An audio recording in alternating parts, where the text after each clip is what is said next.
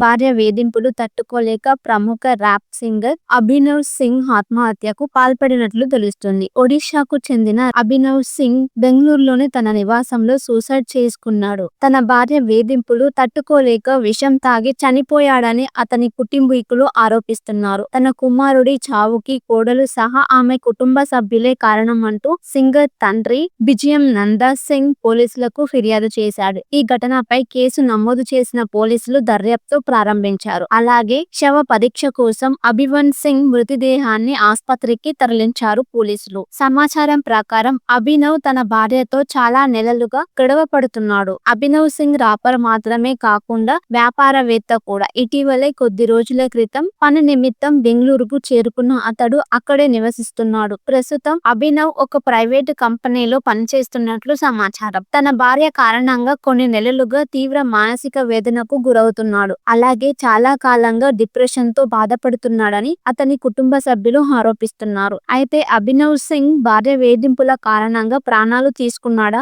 మరే ఇతర కారణాలేమైనా ఉన్నాయా అన్నది తెలియాల్సి ఉంది. కాగా అభినవ్ ఒడియా ర్యాప్ పాటలతో చాలా ఫేమస్ అయ్యాడు. కథక్ అంతెం పాటతో మరింత పాపులర్ అయ్యాడు. అలాగే అర్బన్ లోఫర్ అనే మొదటి హిప్ హాప్ లేబుల్ ను స్థాపించాడు.